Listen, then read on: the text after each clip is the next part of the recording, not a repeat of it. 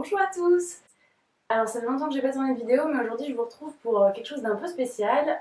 J'ai commandé il y a quelques jours les nouveautés de Elsa Makeup sur le site de Spongeac. J'ai plusieurs choses à vous présenter, notamment la palette Warm Lights qu'elle vient de sortir. Et en fait j'ai attendu de faire cette vidéo pour la swatcher, donc je ne sais pas encore qu'est-ce que vont rendre les fards. Je l'ai ouverte, elle ressemble à ça. Elle ressemble à ceci. Elle est très belle. Je trouve que le packaging ressemble à du Too Faced, personnellement. Elle est très grande, par contre. Donc, pas hyper pratique. Je pense même pour la ranger dans mes tiroirs, ça va être un petit peu compliqué. Mais bon, voilà, quand même. Vous ne pouvez pas passer à côté.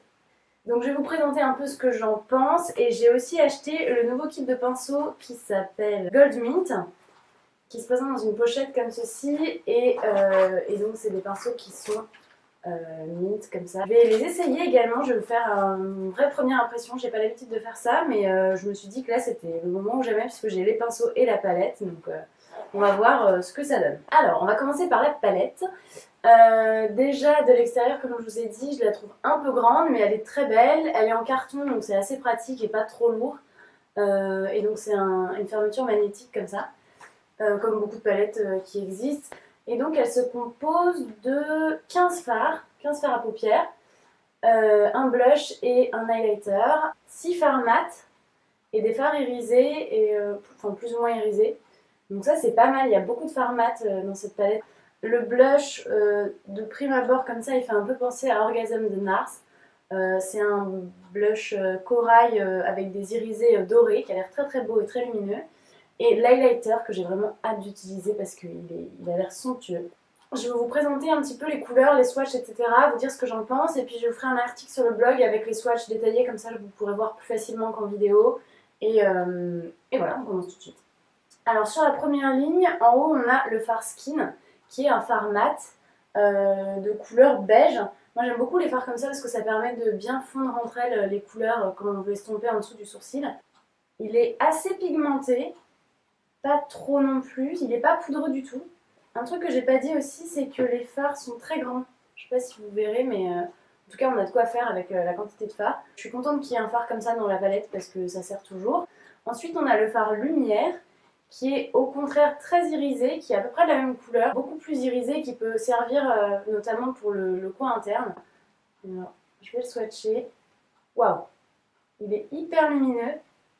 Je vous mettrai les photos des swatchs, mais il est hyper lumineux et pas du tout poudreux non plus.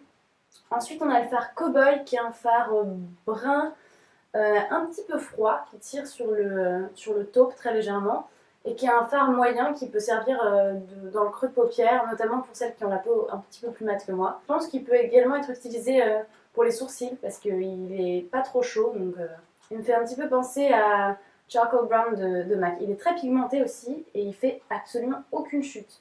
Pas du tout poudreux. Mais ils ont l'air faciles à travailler les fards mat, ils s'estompent assez bien. Ensuite, on a le fard Satin qui est un champagne beaucoup plus rosé que lumière. Très lumineux aussi, mais plus rosé hein, avec des sous-tons un peu dorés également. Il est beaucoup plus rose. Il est rosé avec des sous-tons dorés, je ne sais pas si vous verrez. Mais il est très joli. Je vais aussi faire un test en mouillant les fards, notamment les fards lumineux comme ça pour voir s'ils sont encore plus pigmentés quand on humidifie le pinceau. Ensuite, on a le fard Lucky qui est juste ici, qui est un rose un peu vieux rose, très irisé. Waouh, il est très beau celui-là. J'ai l'impression qu'il est un petit peu plus poudreux. Il est très beau, il a des sous-tons un peu cuivrés en fait, qui se voient pas du tout sur la palette, mais quand on le swatch, il est un peu cuivré, un peu chaud. Ça c'est très joli, je vais sûrement beaucoup utiliser cette couleur, j'aime beaucoup les couleurs comme ça.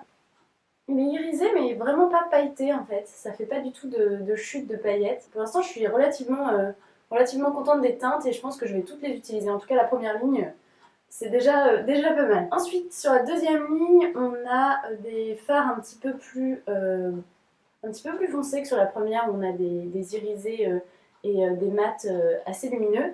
Donc on commence par le fard Pretty qui a l'air absolument magnifique, qui est un brun avec des sous-tons rosés, qui me fait un peu penser à Misty Rock de By Terry, le fard en stylo. Il est très beau, Il ressemble un petit peu à Satin Taupe de MAC, en plus chaud, en beaucoup plus chaud. Oh, je l'adore.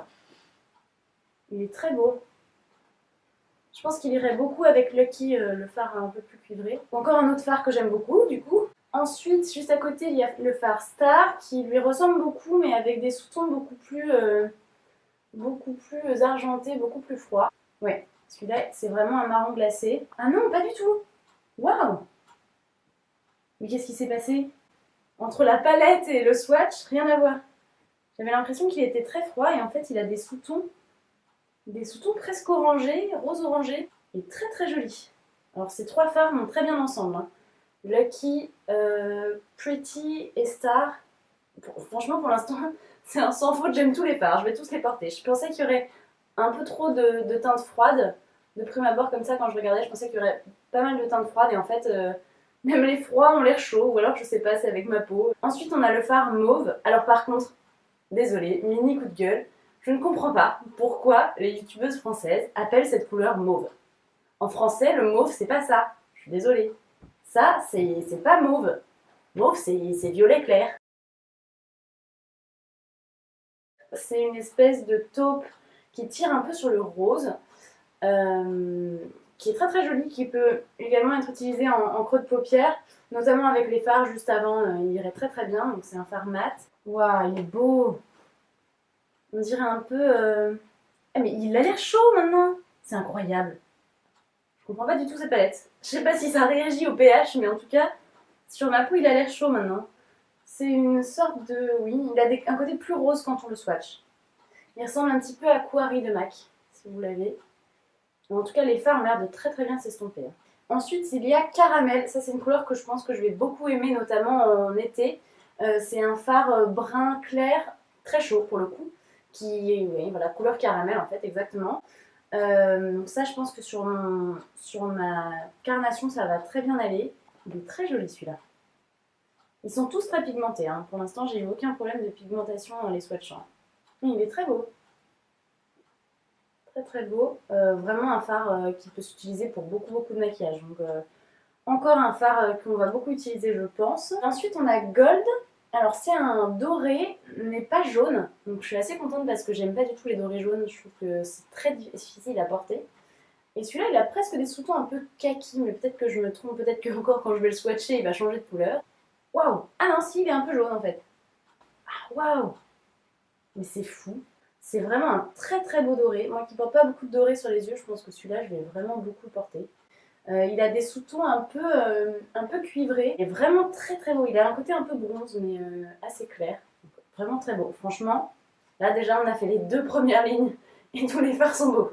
Donc, on passe au fard Plum, qui est comme son nom indique un prune. Waouh! Alors lui, il est très pigmenté. Déjà, je sais pas si vous voyez sur mon doigt, mais il est plus satiné qu'irisé. Il a de très beaux reflets.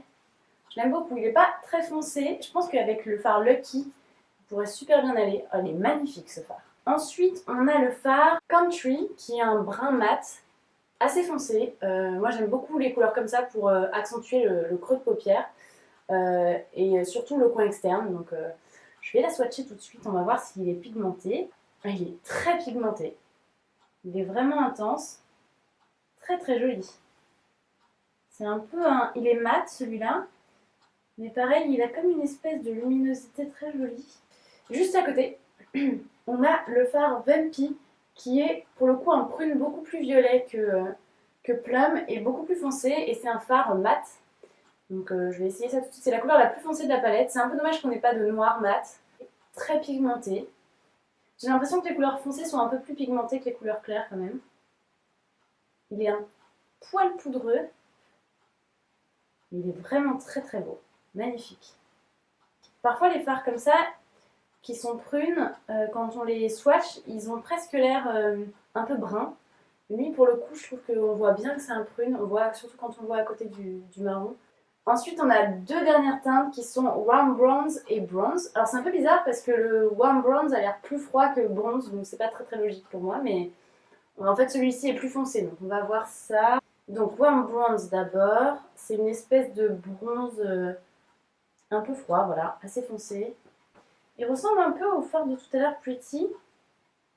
en moins rose. C'est une couleur un peu chocolat irisé sans être pailleté. En fait, il n'y en a aucune qui est pailletée. C'est pas plus mal parce que c'est plus facile à travailler. Comme ça, on n'a pas de chute. Et enfin, on a le fard bronze, dont je vous parlais tout à l'heure, qui est assez semblable à warm bronze, mais pour moi en plus warm. C'est un peu bizarre, en plus chaud. Très pigmenté et il est plus doré en fait. Il a un côté un peu plus cuivré. Bronze c'est celui-ci et warm bronze c'est celui-là. Je vais aller enlever tout ce fard à paupières de mes doigts. Je vous présente le blush et l'highlighter et ensuite on passe au look. Alors c'est bon, j'ai enfin les mains propres. On va pouvoir swatcher Pinky Love et Light Up qui sont le blush et l'highlighter. Alors je vais tout de suite swatcher Pinky Love. Il est très pigmenté et je pense vraiment qu'il ressemble à Orgasm. Il est très irisé. Hein. Alors moi je porte pas forcément beaucoup de blush très irisé. Peut-être un peu plus cet été, mais c'est pas forcément les blushs que je préfère. Mais il est très beau en tout cas. Il est très pigmenté. Light Up. Waouh! Il est magnifique. Il peut complètement être utilisé en fard à paupières.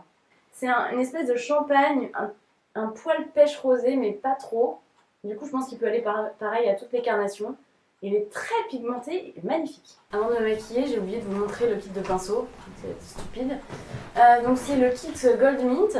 Et dedans, il y a... Donc ça se présente dans cette pochette. Alors malheureusement, la pochette, désolée Elsa, je ne suis pas super fan. Je trouve que ça fait un petit peu cheap. Très pailleté, doré. Clairement, je vais pas je vais pas l'utiliser. Je vais sûrement la donner. Mais les pinceaux sont magnifiques. Alors il y a 4 pinceaux pour le teint. Il y a un pinceau à poudre, un gros pinceau comme ceci, un pinceau éventail que je vais sûrement utiliser pour l'highlighter, un pinceau à bronzer. Alors ces deux pinceaux-là, ils ils se ressemblent beaucoup. Il y en a un à bronzer et un pour le blush. Donc oui, ils ont l'air bien. Ils sont très doux en tout cas. Et puis rien que le manche mint en fait m'a convaincue. 1, 2, 3, 4, 5 pinceaux pour les yeux. Un pinceau plat. Flat shader brush, oui. Un pinceau plat, assez classique. Un pinceau pour estomper. Un petit pinceau fin. Alors, il a une forme un peu étrange, celui-là. C'est pour le creux de paupière, mais je le trouve très fin pour ça. Donc, on verra. Je pense que je l'utiliserai plus en coin externe. Un pinceau pour définir. Donc, ça, pour le coup, peut-être plus pour le creux de paupière et estomper avec... le pinceau estompeur et un petit pinceau biseauté avec un autre côté goupillon. Donc je pense que ça pour les sourcils c'est juste parfait. Je vais utiliser que ces pinceaux là pour faire le look d'aujourd'hui.